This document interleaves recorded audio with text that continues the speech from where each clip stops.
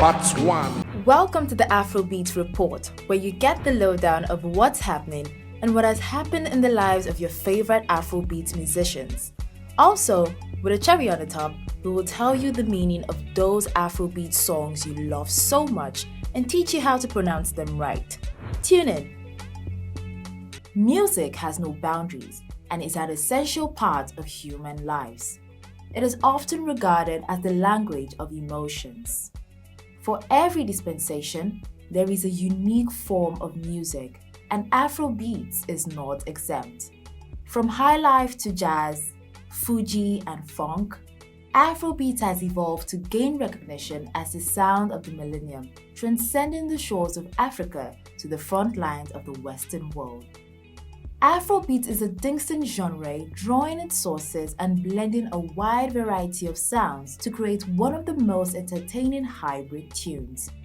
The style is based on West African music styles, most specifically Highlife mixed with American jazz and funk, with a polyrhythmic drumming sequence from the Yoruba, Ewe, and Ga tribes of Ghana, thus making the blend a sound across different continents. Afrobeats music is not so difficult to identify due to its complex rhythms, heavy percussions, and repeating vocals rendered with pidgin English. Although the origin of Afrobeats cannot be fully ascertained, it is believed that it emerged from Ghana in the early parts of the 1990s, when musicians from Ghana incorporated the popular foxtrot and calypso into their own traditional rhythms. Randy Weston, an African-American pianist and a jazz musician who visited Lagos, Nigeria in January 1961, described the beautiful sounds of Africa, saying, "After hearing the various types of music in Africa, we in the United States were just simply an extension of Africa, being like almost the beginning of life itself and like it's thrown itself out in the different parts of the world." The rise of Afrobeats is the African response to the colonization of Africa, which more or less eroded the cultures and values of various African societies. Thus, the genre was born out of the pains and travails of Africans who had lost their identity, seeking to use music as a connection back to their roots. One of the foremost progenitors of the genre was Nigerian-born Fela Anikulapo Kuti, who coined the term Afrobeat after his mother, Chief Mrs. Olufumilayo Ransom Kuti, repeatedly persuaded him to start playing music your people understand, not jazz. The late Fela Anikulapo Kuti then went on a quest of self-discovery, which saw him visit the USA on a 10th-month tour. Speaking about what he gained during his tour, he said, "When I got to America, I was exposed to African history which I was not exposed to here. I had been using jazz to play African music, when really I should be using African music to play jazz. So, it was America that brought me back to myself." Other notable pioneers of the Afrobeat genres include Manu Dibango, the Lijadu Sisters, and Hugh Masekela. The music of the great Fela became the torchbearer of Afrobeats, and it was moved forward by a bunch of African artists such as Tony Allen, who was a drummer in Fela's band, while in the West, there were performers like Brian Eno and David Byrne of the Talking Heads, who also tapped into Afrobeats for their 1980 classic album, Remain in Light.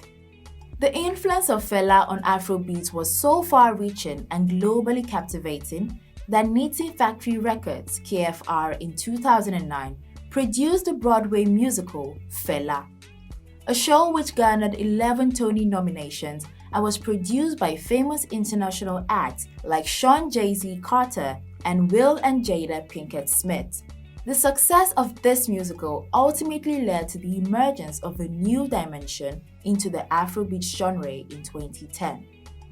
In recent times, Afrobeat music has held the world spellbound due to the innovation of fast-rising artists all over Africa, especially in Nigeria, which is currently regarded as the epicenter of Afrobeats. The influence exerted by Afrobeats could be seen in their attendance at the first Afro Republic Festival in 2018, which had more than 20,000 in attendance at the O2 Arena in London to witness dazzling performances of new generation Afrobeat musicians such as Tiwa Savage and Ayo Balogun, popularly known as Wizkid. Also, the global COVID pandemic brought international acclaim for Afrobeat as the music world witnessed myriads of hits as well as massive collaborations with international acts ranging from Justin Bieber, Chris Brown, Beyoncé, and Ed Sheeran. Talking about the success of Afrobeats in recent times and the variation between the new waves and that of the household name, Fela and Anikulapo Kuti, culture journalist Bolaji Alonge, in an interview with DW, said that the new Afrobeats is a combination of different genres over the decades, from highlife to reggae. However, the success of Afrobeats is not limited to only Nigerian artists.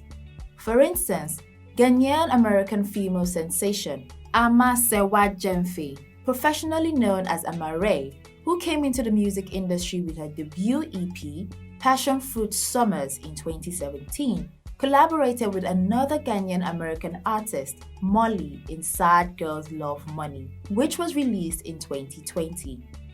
The song went viral on TikTok following a remix by American musician Kali Uchis. Sad Girls Love Money rose to number 80 on the US Billboard Hot 100 and became the mantra for independent women around the world. For Afrobeats, it is a sound that has so far become universally accepted and has come to stay. This has been the Afrobeats Report. Subscribe to stay up to date on the news about your favorite Afrobeat artist. See you next time and keep listening to Afrobeats.